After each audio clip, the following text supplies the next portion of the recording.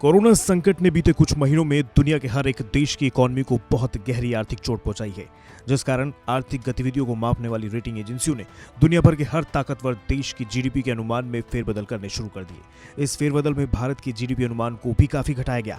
Corona संकट से लगे लॉकडाउन की वजह से इस वित्तीय वर्ष की पहली तिमाही में भारत की जीडीपी में 23.9% की भारी भरकम गिरावट दर्ज की गई। ये भारत के आधुनिक इतिहास की सबसे बड़ी गिरावट थी। आज ब्रिक्स में भी नरेंद्र मोदी कोरोना से हुए नुकसान पर बोले। भारत में हमने आत्मनिर्भर भारत अभियान के तहत एक व्यापक रिफॉर्म प्रोसेस शुरू किया है। यह कैंपेन इस विषय पर आधारित है कि एक सेल्फ रिलायंट और रेजिलिएंट भारत पोस्ट कोविड अर्थव्यवस्था के लिए फोर्स मल्टीप्लायर हो सकता है और ग्लोबल वैल्यू चेन्स में एक मजबूत योगदान दे सकता है। इसका उदाहरण हमने कोविड के दौरान भी देखा, जब भारतीय फार्मा उद्योग की क्षमता के कारण हम 150 से अधिक देशों को आवश्यक दवाइयां भेज पाए।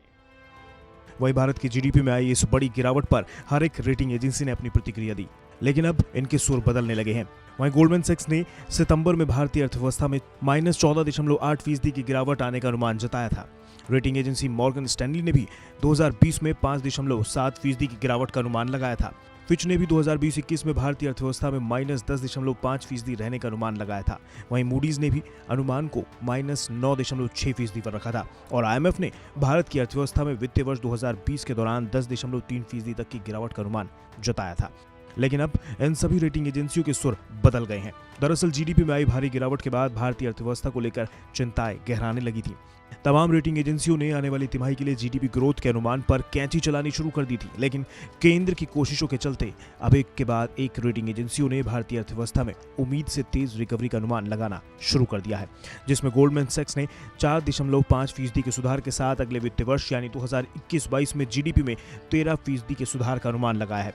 मॉर्गन स्टैनली ने 2021 में भारत की जीडीपी ग्रोथ रेट 9.8% तक पहुंचने का अनुमान लगाया है। फिच ने भी वित्तीय वर्ष 2021-22 में भारत की विकास दर 9.5% रहने का अनुमान लगाया है। वहीं मूडीज ने भी जीडीपी ग्रोथ के अनुमान को 8.1% से बढ़ाकर 8.6% कर दिया है और आईएमएफ ने 2021 में भारतीय अर्थव्यवस्था में 8.8% की जोरदार बढ़त दर्ज होने का अनुमान लगाया है। रेटिंग एजेंसियों के अनुमान में बदलाव ऐसे ही नहीं आया है। दरअसल केंद्र सरकार के लगातार इकोनॉमी में तेज रिकवरी के लिए ताबड़तोड़ लिए गए फैसलों की वजह से ये बदलाव देखने को मिल रहा है। कोरोना संकट के बीच 3 बड़े आर्थिक पैकेज का ऐलान किया जा चुका है, जिसके अब पॉजिटिव संकेत मिलने लगे हैं। खुद प्रधानमंत्री नरेंद्र मोदी अर्थव्यवस्था में जान फूंकने के लिए रणनीति बनाने में जुटे हुए हैं।